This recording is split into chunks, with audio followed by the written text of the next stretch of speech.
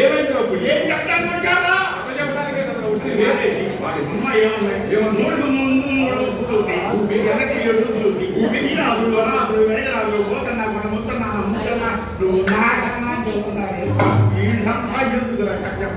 చూడు నాయన, మన అమ్మాయి చెప్పినట్టుగా ముందుగా వాళ్ళంతా పండుగ చందా భూతి కాదని నాగడానికి వాళ్ళంతా మహా కవులు గాయకులు పండుగయ్యా. అవును, కవులంటే ఎవరో తెలియదా నీకు? కవిత్వం రాసి దేశానికి అంకితం చేసినటువంటి వారిని కవులు అంటారయ్యా. నువ్వు కవివా?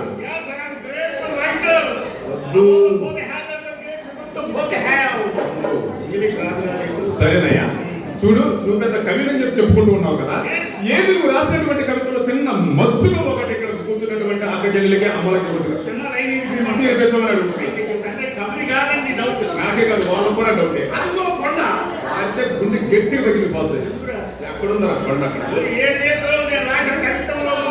అక్కడ గొంతు ఏమని పక్కన ఉంది బండ, బండ మీద ఉంది బండ, నోట్లో ఉంది ఉండ, నువ్వు రోజు ఉండ.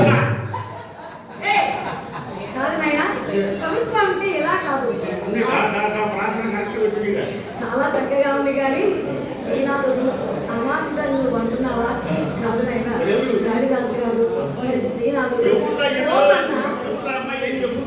చూడు నాయన, కవిత్వం అంటే శ్వాస విరచితమైన మహాభారతాన్ని రాసి శ్రీరామచంద్రమూర్తికి అంకితం చేశాడు పోతనామాత్యుడు. అట్టి కవులలో మేఘ సందేశం, రఘువంతం, కుమార సమూహం అనేటువంటి కావ్యాన్ని కలిగించి భారతదేశానికి చిరు కానుకగా పంపించాడు తిక్కన్న పోతన మొదలగు మహాకవులు. ఆనాటి నుండి ఈనాటి వరకు భాష ప్రపంచానికి రాతై బాల సూర్య ప్రభావస్తంగా సురక్షితంగా వర్ధిల్లుతున్నది మన పవిత్రమైనటువంటి ఈనాటి భారతదేశం. చూడు నాయన, కవిత్వం అంటే ఒక మహాకవి ఏమని రాశాడు తెలుసా నాయన? దేశమును ప్రేమించమన్నా, మంచి అన్నది పెంచుమన్నా, ఒట్టి మాటలు కట్టిపెట్టోయి, గట్టి వేరు తన పెట్టబోయి, దేశం అంటే బట్టి కాదు, దేశం అంటే మనుషులే అన్నాడు ఆ మహాకవి. గురజాడ అప్పారావు అయ్యా, గురజాడ అప్పారావు. అవును, మహాకవి స్వర్గస్థులయ్యా. ఎవరు? కప్పారావు. ఆయన మంచిగా ఆయనేమని రాశాడు? దేశమును ప్రేమించమన్నా, దేశమును ప్రేమించమన్నా ఏమన్నాడా? దేశం మంచి అన్నది పెంచమన్నా. గురజాడ అప్పారావు గారు ఏమని?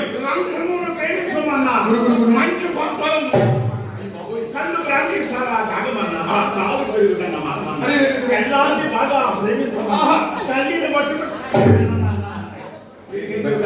చూడు నాయన, దళితుడా, నవమాసాలు మోసి కని పెంచి పెద్ద చేసినటువంటి తల్లిని పట్టుకున్న తల్లి నిన్న కాలంలో వచ్చినటువంటి భార్యను పట్టుకుని ప్రేమించాలని చెప్పి చూడు నాయన, భార్య అయినా సరే తల్లైనా సరే ఏ మానవ మూర్తికైనా సరే, అటు ఆడవారు కావచ్చు ఇటు మగవారు కావచ్చు, ఎవరికైనా సరే రెండు కళ్ళతో సమానం. అందుకే ఒక కంట్లో అల్లం ఒక కంట్లో బెల్లం పెట్టుకుని ఏనాడు కూడా ఎప్పుడు ఒకరిని వేరు చేసి ఒకరిని తప్పు చేసి ఏనాడు కూడా చూడకూడదు. మనం పెళ్లి చేస్తున్నటువంటి భార్య కూడా ఒక నాటికి తల్లి కాబోయేదే కనుక తనకు తల్లి స్థానంలో ప్రధానమైనటువంటి స్థానాన్ని ఇవ్వాలి కనుక చూడండి ఆయన, ఆడవారిని ఎప్పుడూ తక్కువగా చేసి మాట్లాడుకోకూడదు, మగోళ్ళంతా రాజులని చెప్పేసి ఎప్పుడుగా అనుకోకూడదు. ఆయన ఇరువురు స్త్రీ సక్రమంగా ఉంటేనే సంసారం సాఫీగా బాగుంటుంది, మంచి పేర్లు వస్తాయి. అవునయ్యా, ఇప్పుడు ఎందుకు వచ్చిన అనుమానం ఏంటా? ఈ రోజు మనం చెప్పబోయే కదా మరి ఈనాడు చాలా గారి జయంతి మహోత్సవాలు జరుగుతున్నాయి. 113వ సంవత్సరం. అంతేకాదండి, మామిడి సరస్వత్తయ్య భాగవతారిణి గారు ఇద్దరు స్పర్శస్తులైన కారణం చేత మరి ఇక్కడ ఎంతో మంది కళాకారులు ఉన్నారు. అందరూ నాకంటే వాళ్ళంతా సీనియర్లు అయ్యా, మేమంతా జూనియర్లు. మరి మాలో తప్పులు ఏమన్నా ఉంటే గొప్పగా భావించి నేను చెప్పే 4 మాటలన్నీ కథను జయప్రదం చేసి మీ పవిత్రమైన అమూల్యమైన ఆశీస్సులు మాకు అందజేస్తారని కోరుకుంటూ, విద్యలో కానీ వయసులో కానీ చాలా చిన్నవాళ్ళం, మీరు చెప్పే 4 మాటలు వింటారని మనస్ఫూర్తిగా కోరుకుంటూ ఉన్నాను. మరి ఈనాడు నేను చెప్పబోయే కదా మరి శ్రీనివాస కళ్యాణం. దీన్నే తిరుమల తిరుపతి వెంకటేశ్వర స్వామి కళ్యాణం అని కూడా అంటారు. అవునాయన అయ్యా, శ్రీనివాస కళ్యాణం ఉన్నా వెంకటేశ్వరుడు ఉన్నా ఒకటే సోదరు. రెండు పేర్లు ఉన్నాయి కాబట్టి ఆయనకి రెండు పేర్లు చెప్పాను నాయన. అంతేనాయన? అవునమ్మాయి. అయ్యా, మరి మనకిచ్చింది గంటే కాబట్టి అదే మరి గంట టైం ఇచ్చారు నాయన. మీరు ఇంటికే వస్తాను. మరి కథలో పెట్టుకోదాం సోదరా. వెంకటేశ్వర కథ వినరో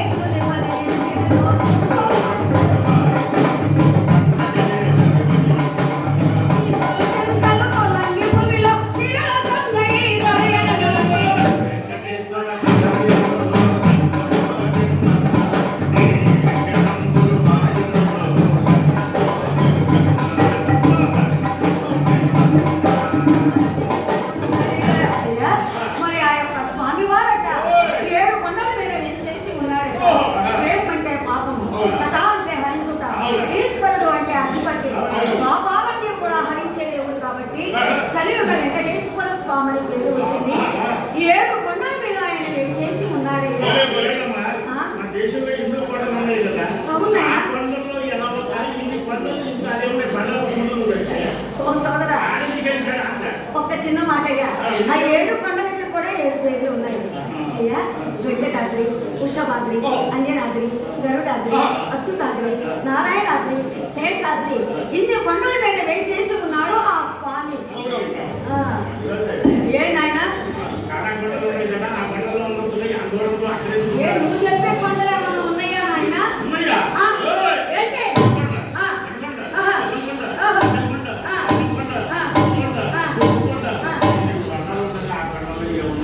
అమ్మాయి నాయన, నేను చెప్పిన కొండలో ఏమీ లేదన్నావు కదా, నీ దానికే వస్తున్నాను. మరి నువ్వు చెప్పిన కొండలో ఏముంది సోదరా? తెలీదయ్యా. ఏంటమ్మా? అబ్బో,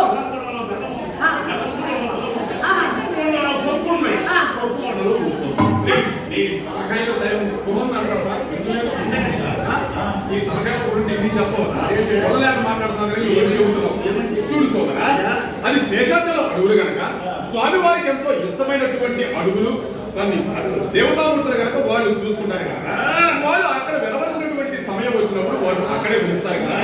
అంతేగాని నువ్వు చెప్పినప్పుడు అన్నింటి రకమాలు మీ ఇంటి రకమాలు ఎక్కడ పెడితే అక్కడ వెళ్ళడానికి వాళ్ళు సాధారణమైన మనుషులు కాదు. అలా 7 కొండలు పెట్టి తెచ్చేసి ఉన్నాడు. అంతేకాదు సోదరా,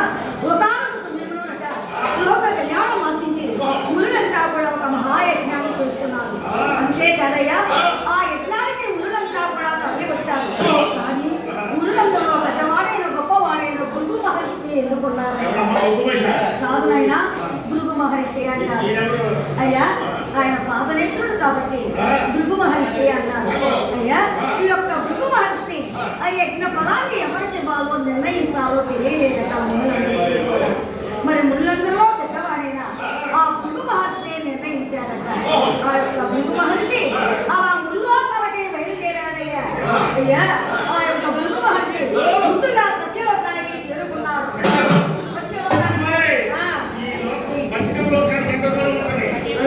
సత్యలోకం కాదు నాయన, సత్యలోకము బ్రహ్మదేవుడు నివసించే లోకము అన్నమాట. కాదు నాయన, సత్యలోకము. అయ్యా, ఆ సత్యలోకములో విధానం మనం నుంచి తీరాక రాస్తుంటే సరస్వతీదేవి చక్కగా వేడమిస్తూ ఉంటే అక్కడ చేరిన ముళ్ళంతా కూడా ఆ యొక్క బ్రహ్మదేవుని సరస్వతీదేవిని ధ్యానం చేస్తూ ఉన్నారు. కానీ అక్కడికి చేరుకున్నాడు ఈ భృగు మహర్షి. బ్రహ్మదేవుడు పక్కరించలేదు. ఓయే బ్రహ్మదేవా, కాబట్టి నీకు భూలోకంలో గుళ్ళు గోపురాలు పూజా పురస్కారాలు లేకుండా పోగా ఆలోచించాడు.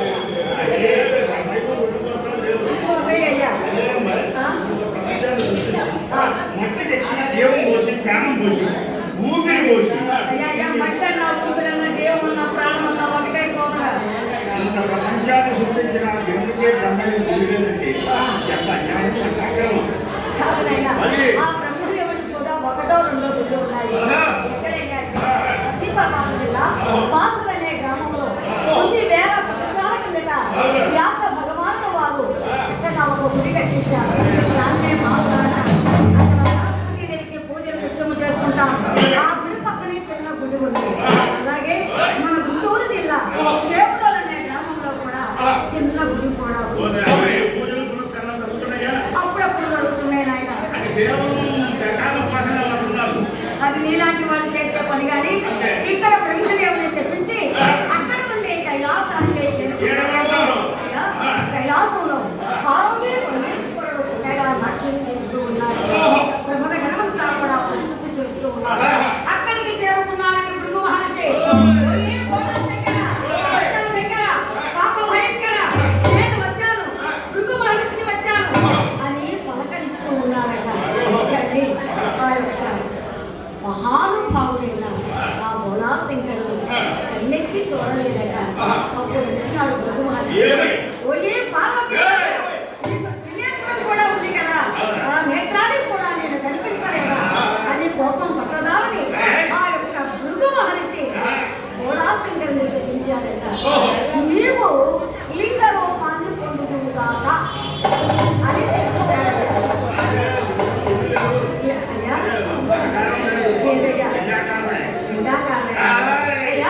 ఇక్కడ కూడా ఆ యొక్క బోళాశంకరుని చెప్పించి అక్కడ నుండి వైకుంఠానికి వెళ్ళాడు. ఇక్కడ ఆ యొక్క శ్రీ మహావిష్ణువు చక్కగా చేసి ఉన్నాడు. లక్ష్మీదేవి చక్కగా పాదసేవ చేస్తుంది. అక్కడ చేరిన భక్తాగ్ర విందులెల్లా కూడా ఆ యొక్క శ్రీ మహావిష్ణువుని భక్తి పారవశుడు ఇలా ప్రార్థన చేస్తూ ఉన్నారు.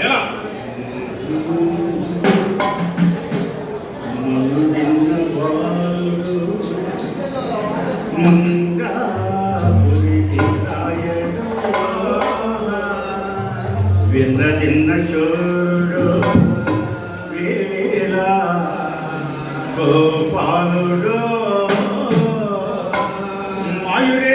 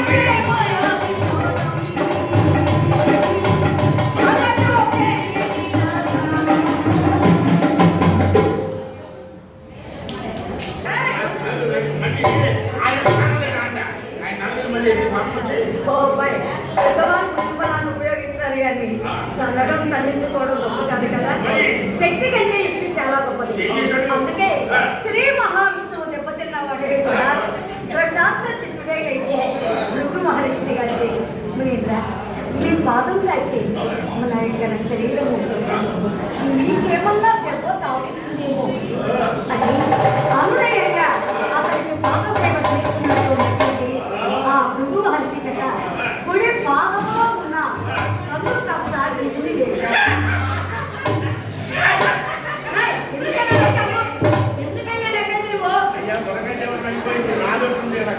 అదే కాదయ్యా, ఏంటి నీ అమ్మారు ఏంటి? ఏంటయ్యా? ఆయన ఎంతో గొప్ప తపస్సంపన్నుడు కాబట్టి మసి కాదు నాయన, భృగు మహర్షి అంటారు.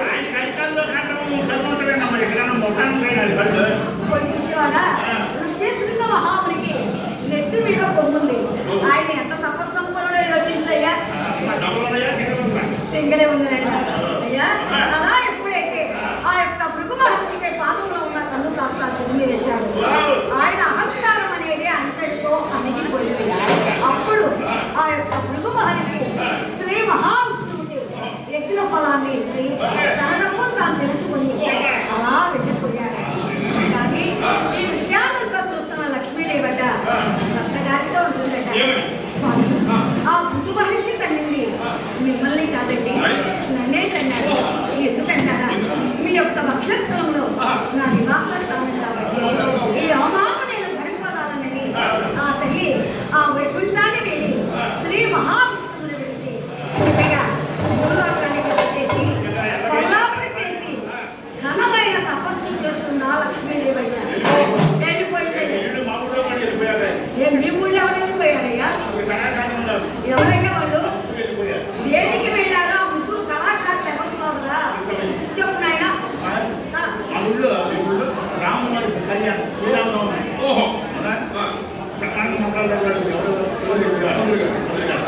మంగళసూత్ర ధారణ వచ్చింది. ఎవరికే సీతమ్మడి కట్టాలి పెళ్లి మరి సీతమ్మ దేవుడు మంగళసూత్ర ధారణ జరుగుతుంది.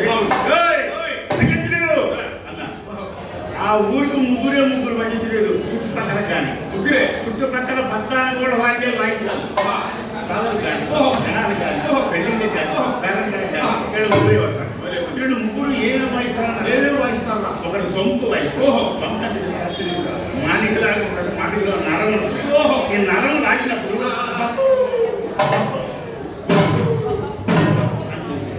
రెండో వాడు కమ్మదోడు వాయిస్తాడు. కమ్మదోడు అంటే 4 మూతలు ఉంటాయి. అప్పుడు 2 పొలాలు తీసుకుంటాడు. ఈ 2 పొలాలు బట్టి వాయిస్తాడు. ఏమని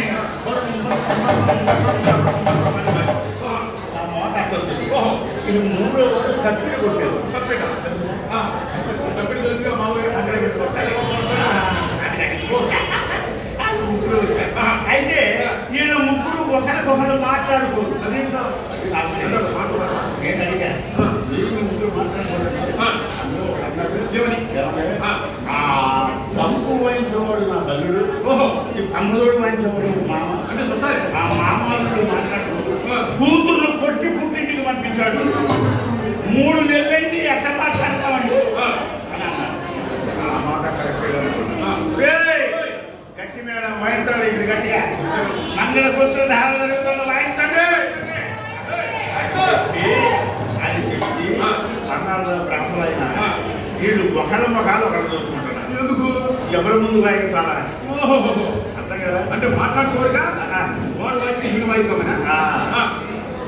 ఇక లాభం లేదని గట్టిగా అరిచేదానికి బ్రాహ్మణులైన ఐటంలో దొరికితే ఇది వాయించడే అనగానే అందుడు దొంకు తీసుకొని వాయించడం ఏం చేస్తాడు? దేవుడు వాయిస్తున్నాడు. కూతుర్లు కొట్టు 3 నెలలు అయింది పంపించి అక్కడే ఉంది మామ కందిగా ఇక్కడ మీరు నోటితో అడగల వాయిద్యం మీద చెప్తున్నాడు. ఏమని? పంపు పంపు నీ కూతుర్ని పంపు.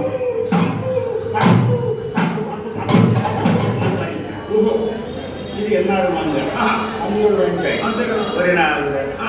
కూతురు కొట్టిన ఇంటికి పంపించగా నోటితో అడగకుండా వాయిద్యం మీద వినిపిస్తావా? పంపు పంపుని కూతురు పంపని అంటే అర్థమైంది. ఏమన్నా కళని విన్నావా? పంపుతోడి కళ్ళ తీసుకున్నాడు. 2 పొలలు తీసుకున్నాడు. ఈయన వాయించడం ఏమని వాయించున్నాడు? పంపులంటే పంపు, పంపులంటే పంపు, పంపులంటే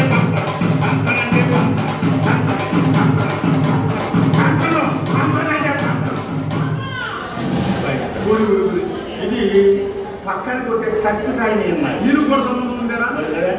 ఓయే, మీ మామూలేనా కళాకారులు అంటే నేనంటే జగన్ అనుకున్నావా? అప్పటికే ఆ వేసుకుని ఉన్నాడు, చక్కగా తగిలించుకున్నాడు. ఈయన వాయిస్తున్నాడు, ఏమైనా వాయిస్తున్నాడు. పంపకపోతే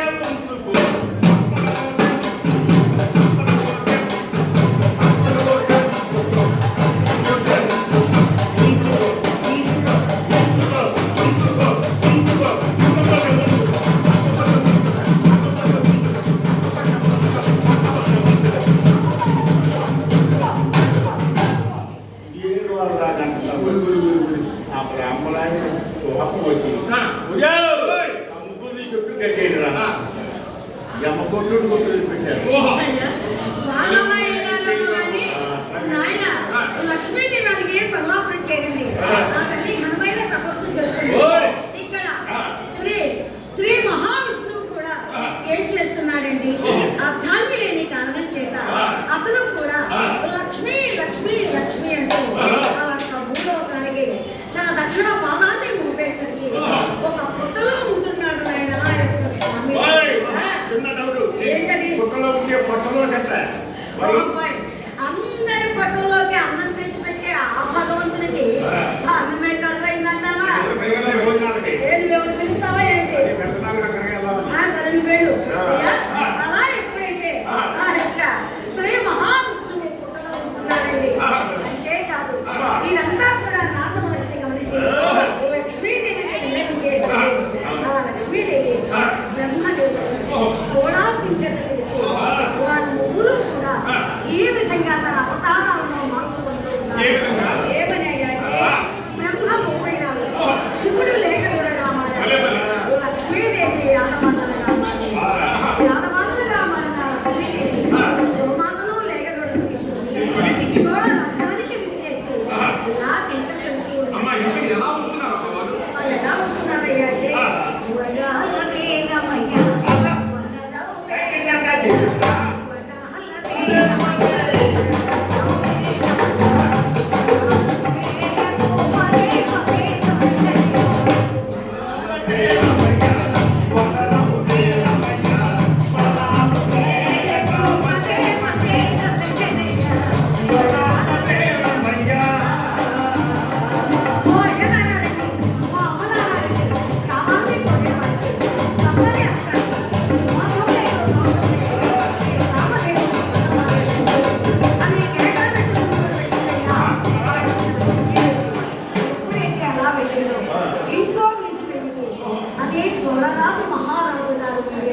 అంటే అక్కడ కూడా కేట పెట్టేసి ఆ చోళరాజు గారి ఆ ఛాతి అయినా ఆ తల్లి అయినా అలా వచ్చి అమ్మి ఈ గోమాతను మాకు ఇవ్వడానికి మీకు ఎలాంటి అభ్యంతరం లేదు.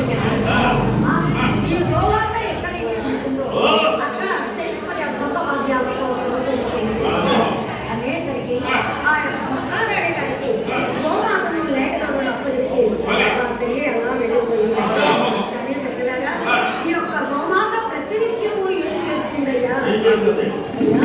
పుట్టలో ఉన్న స్వామి వారికి పాలు ఎవరు పిల్లకున్నారే అతనికి ఆకలి పెట్టి యథావిధిగా మందలో కలిసిపోతుందయ్యా ఈ యొక్క గోమాత.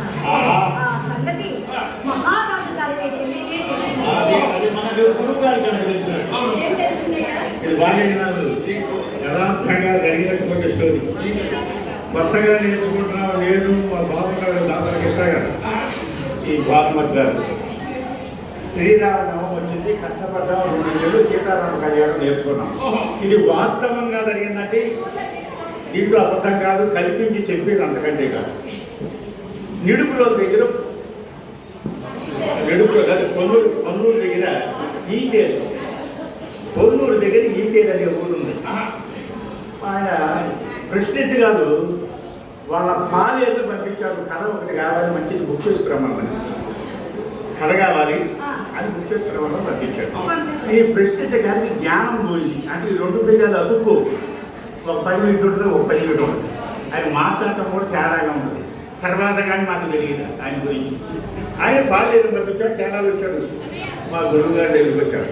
వచ్చి ఏమంటే వస్తా కదా ఆడపిల్లలు బుర్రకథ కావాలంట, నాలుగు రోజు మంచి కథ కావాలి అన్నాడు. అప్పుడు 7-8 దళాలు ఉన్నాయి ఆడవాళ్ళకి, అన్నీ ఫిలప్ అయిపోయి మేము ముగ్గురుమే ఉన్నాం. ఎప్పుడు మా కథ దాన్ని అదే ఫస్ట్ తెలుగు రోజు మా గురించి చెబుతాడేమో అర్థం చేసుకున్నాడు మా గురువు గారు. ఉంటాయి కదా ఆడవాళ్ళు ఎవరు లేదయా, ఒక అమ్మాయిను 2 మగవాళ్ళు ఉండాలి, మరి తీసుకెళ్తారా అన్నాడు. నాకు తెలియదంటే మీరు ఎవరు పంపితే మనం తీసుకెళ్తామన్నాడు ఆయన. సరే ఎంత ఇవ్వమంటారని చెప్పి అడిగాడు. ఆయన వచ్చి తీసుకోండి అన్నాడు. వాళ్ళ ముగ్గురికి 300 తీసుకెళ్ళన్నారు. 50 రూపాయలు అడ్వాన్స్ ఇచ్చాడు. ఆ రోజుల్లో నిరుపురు ఎంత 9 ఎక్కడ కావాలా, కొత్తగా చేసుకున్న టైం 78. సరే ముగ్గురు ఉన్నాం. ముగ్గురిని ఎలా ఏమైనా వెళ్దామంటే అన్నాడు మా గురువు గారు. ఎవడే సత్య గురువు గారు వెళ్తాం, రామకృష్ణ గారు ఎవడే ఎలా రాదు అలా చెప్పాలి కదా అట్లాగండి అని 50 రూపాయలు అడ్వాన్స్ ఇచ్చాడు. తీసుకున్నాం. తల 15 రూపాయలు అప్పుడే పంచుకున్నాం. ఆ రోజు 3-4 సినిమాలు చూసి వచ్చాం. ఫస్ట్ సెకండ్ రోజు సినిమా. అప్పుడు 2 ఆటలు ఉంది, matinee second show first show. సరే అయిపోయింది. ఛార్జీలు ఖర్చు పెట్టుకున్నాం 5 రూపాయలు. బయలుదేరాము. ఎప్పుడు వెళ్ళాలి మేము? మధ్యాహ్నం 4-5 వెళ్తే చాలు. రాంబాబు నీ గురించి చెబుతుంది వినాలి. అయితే అక్కడికి వెళ్ళాం. టికెట్ ఎంత కావాలా తీసుకుని వెళ్ళిపోయాం. ఎన్నింటికి వెళ్ళాలి మేము? సాయంత్రం మధ్యాహ్నం తెచ్చేసి వెళ్ళిపోవాలి. అంతేకాదుగా ఆత్రం గబకర 300 వస్తే చాలా మంది తీసుకోవాలి. సరే బట్ నెక్స్ట్ వచ్చేసాం. మనకి అక్కడికి వచ్చేసాం. టిఫిన్కి అక్కడికి పోయాం. ఏది ఈజీ అని చెప్పేసాం. కేజీ ఏ తప్పి వచ్చారో కచ్చెప్పకుండా కచ్చెప్ప వచ్చాడు. ఊరు మొత్తం బాగా అయిపోయింది. సరే సాయంత్రం బలం పోయాడు ఆయన ప్రెసిడెంట్ గారు ఉపయోగించడానికి. అప్పుడు ఇచ్చాడు. మాకు తెలియదు. ప్రెసిడెంట్ గారు వచ్చారు బరగదోడు వచ్చారండి. ఒక అమ్మాయి మగవాళ్ళు బాగా చదువుతారా బాగా చదువుతారండి అంటే మరి అయినంత అయితే 7 అయింది. మరి ఏంటి ఎప్పుడు బిజీ చేద్దాం మళ్ళీ మెల్లిగా రెడీ అవ్వమని చెప్పన్నాడు ఆయన ప్రెసిడెంట్ గారు. కొత్త కదండి, ఎక్కడ బొట్లు పెట్టుకోవాలో తెలియదా. ఇటు పక్కన 6, ఇటు పక్క 6, ఇటు పక్క 7 అంటే ఎంతసేపు బొట్లు ఎక్కువ పెట్టుకుంటే అంత బాగుంటుందని మా ఆలోచన. అయిపోయింది. మేకప్ చేసుకున్నాం. అయిపోయింది. మేకప్ చేసుకున్నామని చెప్పాను ఆ కాలేజీలో. అరే మెల్లిగా బిగిన్ చేయమన్నాడు ఎవరో ప్రెసిడెంట్ గారు. అప్పుడు మేము చూడాలి. సరే కథ వెళ్ళిపోయి కరెక్ట్గా గంట సేపుతో కథ అయిపోయింది. జనం అప్పుడే వస్తున్నారు కథించడానికి. జనాలు వాళ్ళందరికీ ఎప్పుడైతే కథ అయిపోయిందో ఈ ప్రెసిడెంట్ గారు భోజనం చేసుకుని చుట్టడానికి వాళ్ళు అదుగు మీద కూర్చున్నాడు. ఒరే కథ బిగిన్ చేయమని చెప్పాడు. ఈ కాలేజీ వచ్చి కథ చెప్పడమేంటంటే అయిపోయిందండి కథ అన్నాడు. ఇక ఆయన అంటాడు చూసుకోదు కదా. అది ఆ ప్రెసిడెంట్ గారు ఇచ్చే చెట్లు లంచోపోదు కదోపోదు తొందరలో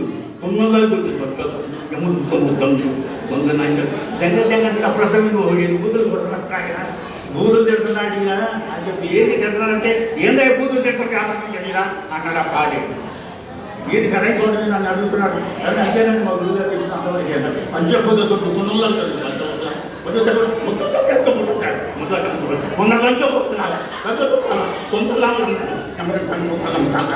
అని అంటున్నాడు. ఓహో ఈ తిడుతున్నాడు ఒక్క బూతులు తిడుతున్నాడు. డబ్బులు ఇస్తాడో లేదు అది డబ్బులు పంపుతాడు. అన్ని తలుపులు వేసి వెళ్ళిపోయాడు. చెయ్యాలనే బయట ఉంటున్నాను. ఏం చేయాలని బాధ్యత అన్నాడు. ఏమయ్యా లోపల బ్యాగులు లోపల ఉన్నాయి. బ్యాగులు అంటే తాతాడు ముగ్గురిని అని చెప్పండి. ఏం చేయాలంటే లాభం లేదు ఆయన జరగాల్సింది అని చెప్పి తెల్లగ్రామం 4 గ్రామాలు బాగా వచ్చి ఆ దొడ్డు చుట్టూ తిరిగి వచ్చి మా బ్యాగులు మాకు ఇచ్చారు. ఆ టీ తాగడానికి వచ్చారు. టీ స్టాల్ లేదు. వాళ్ళు చాలా 10 రూపాయలు అట్లా ఇచ్చి మాకు అలా బయలుదేరి మొదటి కథ అలా జరిగింది. మా శిష్యుడు సుబ్బారావు నా దగ్గర నేర్చుకున్నాడు. కథలు చెప్పాడు. కళాభిమానంలో 50 రూపాయలు ఇచ్చాడు. ఏది ముందు పెరగడం ముగ్గురు ఉంటే 50 అయింది. 50 ఇచ్చాడు.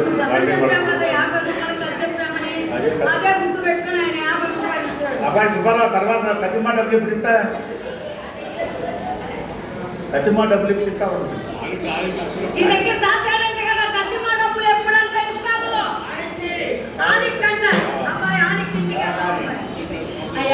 అలా ఎప్పుడైతే ఆ యొక్క ప్రతి నిత్యము కూడా బొమ్మగా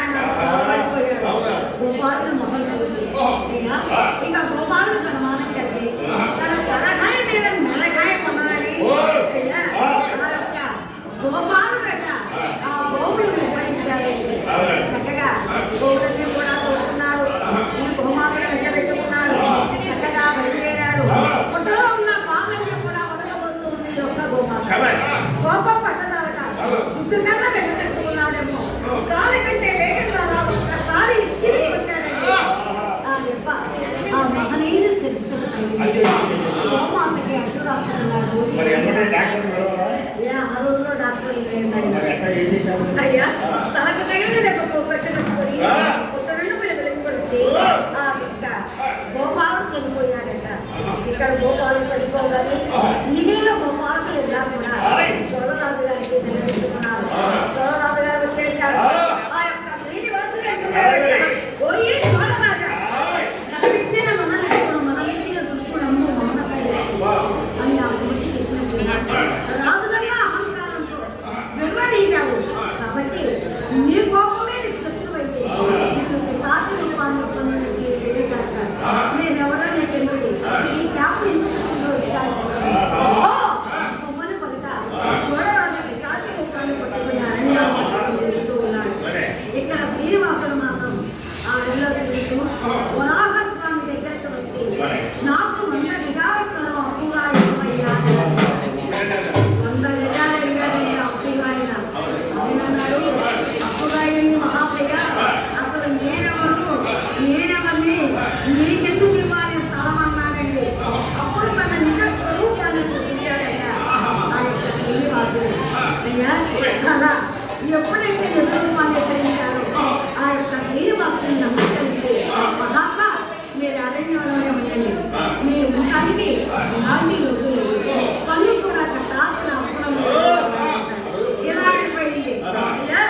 ఇంకా ఆ యొక్క ఆ శాంతి రూపాన్ని పొందాడు ఆ యొక్క గోవులు కాసే ఎంతలో ఆ యొక్క శాంతి రూపాన్ని పొందిన ఆ యొక్క వాళ్ళు అలా దెయ్యం వెళ్ళి తెలుసుకున్నారట.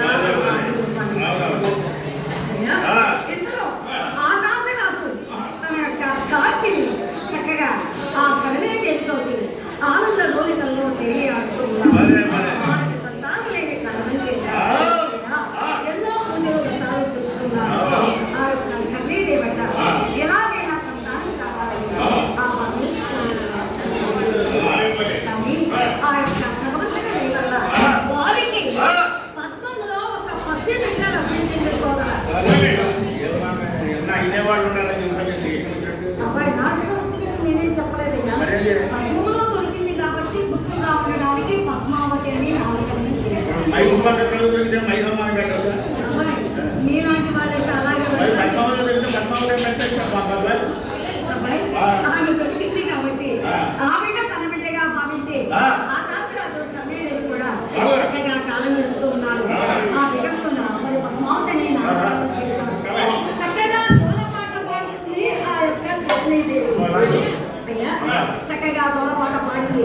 అయ్యా చిన్న ప్రవర్తమానంగా పెరిగి పెద్దలకి నవ యవ్వన ప్రాయములు అడుగు పెట్టింది ఆ యొక్క పద్మావతి.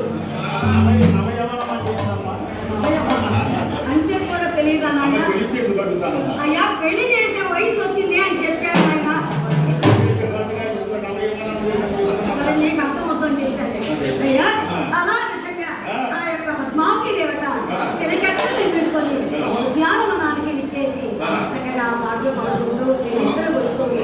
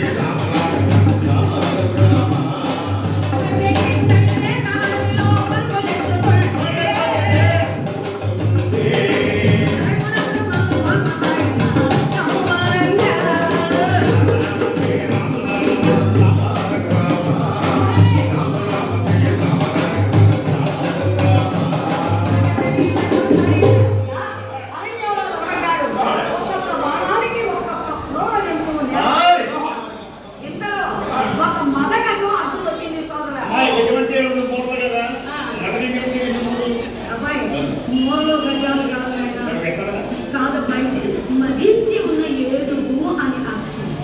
ఆ, అయ్యా, ఈ ఏనుగు చిక్కినట్లుగా దక్కినట్లుగా ప్రవర్తించి ఈ పద్మావతి విహరిస్తున్న ఉద్యానవనంలోకి తీసుకుని ఎప్పుడైతే వచ్చిందో ఈ ఏనుగట ఆ కోలాహలాన్ని చూసి ఒక్కసారి అలా తిరిగి అయ్యా, చెలికట్టినంతా కూడా చల్లాగలేకపోయారు. కానీ పద్మావతి మాత్రమట పరిగెత్తుకుంటూ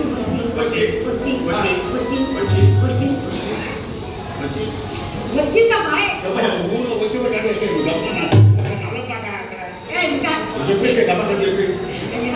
పరిగెత్తుకుంటూ వచ్చి శ్రీనివాసుని కౌగిల్లో చిక్కింది అబ్బాయి.